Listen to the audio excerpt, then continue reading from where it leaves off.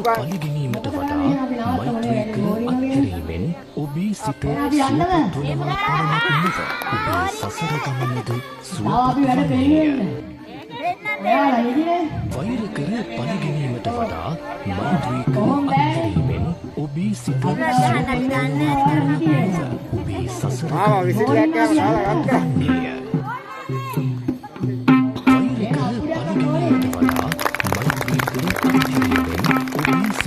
සුවපත් වනවා පමණක් නොව ඔබේ සසර ගමනද සුවපත් වන්නේය.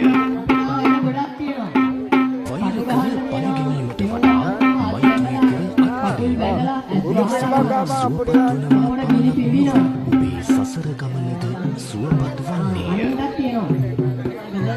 වෛර කර පරිගැනීමට වඩා මෛත්‍රී කර අත්හැරීමෙන් ඔබේ සිත සුවපත් වනවා පමණක් නොව ඔබේ සසර ගමනද සුවපත් වන්නේය. වෛර කර පරිගැනීමට වඩා මෛත්‍රී කර අත්හැරීමෙන් ඔබේ සිත සුවපත් වනවා පමණක් නොව ඔබේ සසර ගමනද සුවපත් වන්නේය. වෛර කර පරිගැනීමට